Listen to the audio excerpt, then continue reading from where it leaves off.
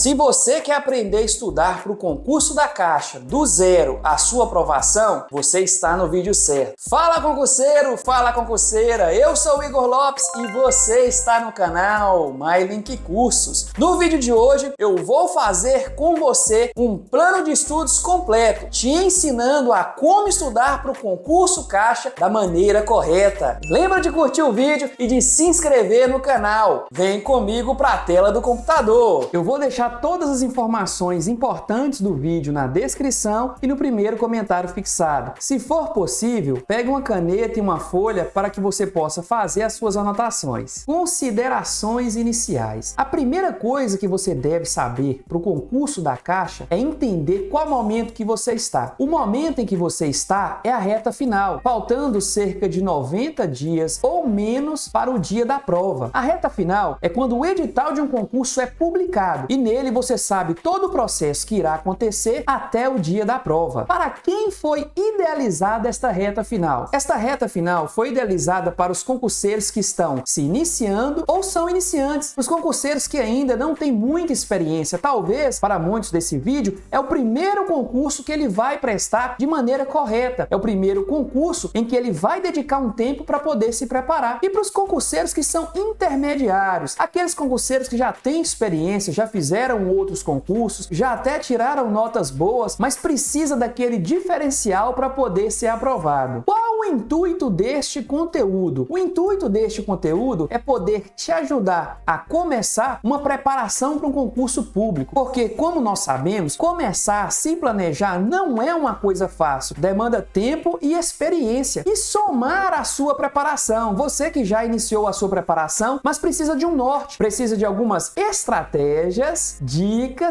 e ideias para poder alavancar os seus resultados. Outro ponto que eu gosto de usar como analogia é que uma reta final é a fase final de uma corrida. É quando o corredor já vê ali a faixa de chegada, ele investe todas as reservas de energia nesse momento para que ele consiga ter os melhores resultados. Começando do jeito certo. A primeira coisa que você deve fazer é baixar e estudar o edital. O edital, ele é seu manual de preparação para o seu concurso. Ele é o seu mapa do concurso. É nele que estão todas as regras do jogo, as informações principais, as datas. Então, o edital, você deve saber tudo aquilo que for inerente a você, toda informação que for importante, os requisitos de ingresso, as datas, o cronograma que foi disponibilizado pela SESGRAN-Rio. Então, você tem que estudar e entender o seu edital. Muitos concurseiros começam a se preparar para o concurso da Caixa sem sequer ter lido o edital. Pega ali uma análise bem simplificada e não se inteira dos detalhes que são importantes. Então, a primeira coisa que você deve fazer é baixar e estudar o seu edital, entender todas as informações. Dentro do edital, você deve dar uma atenção especial para o conteúdo programático. O que é o conteúdo programático? O conteúdo programático é o anexo 4 do seu edital. É nele que estão os rolos de disciplinas que serão cobrados na sua prova, de forma direta ou indireta. A disciplina de língua portuguesa e todos os tópicos que são importantes e serão cobrados. Língua inglesa, matemática financeira, entre outros. Então, o conteúdo programático é o ouro do seu edital. É ele que vai servir de base para a sua preparação. O terceiro ponto e um dos mais importantes é escolha o concurso que você irá prestar. Sim, muita gente escolhe o cargo que vai prestar para o concurso da Caixa por achismo. Não leem o edital, não sabe o rol de disciplinas que serão cobradas e, através de achismo, escolhe um cargo que quer prestar. Para que você possa acertar no cargo que você quer prestar, eu vou te dar umas dicas. A primeira, aquilo que você tem mais afinidade. Exemplo, se você é uma pessoa que entende da área de TI, que é se familiarizado na área de TI, poxa, o cargo de técnico bancário na área de TI para você possa ser melhor. Agora, se você não tem afinidade com a área de TI e vê que o cargo de técnico bancário novo para você é uma opção melhor, baseado na análise do edital e no conteúdo programático, você pode escolher o técnico bancário. Não escolha o seu cargo às escuras. O quarto ponto é analise o perfil da banca. Um dos segredos que muitos concurseiros que são aprovados em concursos públicos e que não te conta é que eles fazem uma análise minuciosa da banca antes mesmo de começar a estudar. Beleza, Igor, eu entendi, mas como eu posso fazer essa análise? É pesquisar o perfil da banca SES Gran Rio na internet. Há vários conteúdos disponíveis sobre o perfil dessa banca. O segundo ponto a se observar é a incidência do conteúdo que mais cai em cada disciplina. Exemplo, o que mais cai na SES Gran Rio na disciplina de português, na disciplina de matemática financeira. O terceiro ponto que você pode fazer para contribuir com essa análise é pega a última prova do concurso da Caixa, concurso 2021, e faça essa última prova. Mas aí você pode se perguntar, mas eu nem comecei a estudar? Por que eu vou fazer essa prova? Fazer a última prova vai te trazer vários benefícios para o concurso da Caixa. Além de mostrar como está o seu nível de aprendizagem em cada conteúdo, você começará a perceber a maneira com que a banca aborda cada disciplina, a maneira com que a banca aborda as questões de português, as questões de matemática financeira. Então você vai começar a entender o perfil, a traçar o perfil dessa banca. Isso melhora o seu índice de acerto e também você tem a base, o norte necessário do que esperar das questões que serão cobradas no dia da sua prova. Fazendo essa análise inicial, você terá um norte a seguir. É como se na sua caminhada você visse a luz no fim do túnel, o que muitas pessoas não fazem. Então, fazer essa análise é fundamental para a sua aprovação. O quinto ponto, e muito importante, é construa o seu material de estudos. O seu material, ele tem que ter uma videoaula objetiva e uma explicação bem didática, bem dinâmica. O conteúdo impresso, sendo o PDF ou a apostila que você adquiriu, tem que ser um material completo, objetivo e autossuficiente. Tem que ser um material que vai atender às suas expectativas. Quando você lê este material, quando você estudar este material, ele tem que te proporcionar de maneira objetiva e didática os conhecimentos necessários, porque muitos cursinhos disponibilizam videoaulas extensas e o conteúdo impresso demasiadamente exagerado. Veja bem, você tem em torno de 90 dias ou menos para a sua preparação. Você não pode perder muito tempo com conteúdo extenso. Tem cursinhos que só a aula de português, só o conteúdo de português é mais de 240 horas. Então, o seu curso que você optar por montar o seu material de estudos, ele tem que ser completo, objetivo e de fácil compreensão. Além disso, você deverá possuir pelo menos um caderno de revisões. Muita gente constrói esse material de revisão pelo computador, mas eu aconselho você a ter um caderno de revisões porque você precisa de estímulos diferentes na sua aula. E esses estímulos diferentes vão contribuir para o seu estudo seja ativo. Além disso, o caderno de revisões, ele vai contribuir para que você melhore a sua escrita, a sua caligrafia. Outro ponto importante também é que o caderno de revisões que você irá construir vai te ajudar na sua redação. Para construir um material eficiente, você também precisará de um banco de questões. Pode ser um banco de questões separados por tópicos da SES Gran Rio ou pode ser uma assinatura do que concursos também. Outro instrumento importantíssimo para a sua preparação são os simulados. Lembrando que você não precisa adquirir tudo de uma vez, porque muitos de vocês têm condição, mas a maioria realmente não tem. Você não precisa do melhor para poder começar. Ao longo do tempo, você vai adquirindo e se preparando em todo o processo. Eu vou deixar na descrição e no primeiro comentário fixado um curso que eu indico, que é custo-benefício e que atende todas essas características. Agora nós vamos para a análise da prova objetiva. O total são de 60 questões de múltipla escolha com 5 alternativas cada. A duração é de 5 horas, ou seja, 300 minutos. Eu separei para você aqui um exemplo a seguir, mas você pode adaptar conforme as suas necessidades. Eu separei da duração total da prova cerca de 30 minutos para preenchimento do gabarito e outros imprevistos. Quais imprevistos? Você parar para ir no banheiro ou beber água. Eu separei também cerca de 1h30 para a sua redação, 90 minutos. Lembrando que com a prática você pode fazer essa redação em até menos tempo. A partir dessa análise, eu instituí que uma questão deve durar em torno de 3 minutos. Isso aqui é uma base, pois na hora de resolver a sua prova, uma questão pode durar 1 minuto e meio, 2 minutos, até 5 minutos. Isso vai variar. A prova objetiva para o técnico bancário novo contém 25 questões de conhecimentos básicos, sendo 5 de português, 5 de inglês, 5 de matemática financeira, 5 de probabilidade estatística e 5 de comportamentos éticos. Para os conhecimentos específicos, nós temos 35 questões. Conhecimentos bancários são 15 questões, ou seja, está aí uma disciplina que é muito relevante. Conhecimentos de tecnologia da informação são 5 questões, comportamentos digitais são 5 questões e atendimento bancário são 10 questões. Outra disciplina que você deve ter uma atenção especial. Conhecimentos bancários é cerca de 25% do total da sua prova. Somado ao atendimento bancário, é mais de 40% da sua prova. Então, o seu cronograma de estudos tem que contemplar essas informações. A prova objetiva para o técnico de informação tem as mesmas regras da prova objetiva do técnico bancário novo. O que diferencia são as questões que serão cobradas. Conhecimentos básicos serão as mesmas disciplinas e as mesmas questões. O ponto específico aqui são os conhecimentos específicos, que serão 30 questões de tecnologia da informação e mais 5 questões de comportamentos digitais. Só as questões de tecnologia da informação são 50% da sua prova. Somar aos comportamentos digitais, são mais de 58% da sua prova questões ligadas a TI. Fique atento quanto a isso. Cronograma de estudos, uma parte fundamental na sua preparação. O seu cronograma de estudos, ele deve funcionar como um ciclo semanal de estudos. Igor, o que é um ciclo semanal de estudos? Um ciclo semanal de estudos, ele não está preso aos dias das semanas. Olha aqui para você ver. Eu separei dia 1, dia 2, dia 3 e dia 4 e assim sucessivamente. O seu dia 1 poderá ser na segunda, na terça, na quarta, não tem problema. Um ciclo semanal de estudos, ele é ininterrupto, ou seja, ele não para. Você começa estudando as disciplinas do dia 1, depois vai para as disciplinas do dia 2 e assim sucessivamente. Vou dar um exemplo. Se no dia 3 você não consegue ver ética ou inglês porque houve algum imprevisto, no dia 4 você não começará por essas matérias. Você começará da onde que você deveria ter começado, que era o dia 3. Você irá começar a partir de ética, depois inglês, conhecimentos bancários e sucessivamente. O dia 7 é o seu coringa. Você já viu aquelas cartas de baralho, para quem já jogou baralho? É o seu dia coringa. Nele, você vai fazer uma redação, ou você vai adiantar alguma disciplina, ou estudar a fundo alguma disciplina que você ainda não está entendendo, ou você vai fazer simulados. Lembrando que cada tópico aqui eu vou explicar na frente. Esse cronograma que eu montei, ele é um cronograma inicial de estudos. Você pode iniciar a partir dele. Lembrando que você vai fazer as adaptações necessárias. Você vai dar prioridade às disciplinas que têm prioridade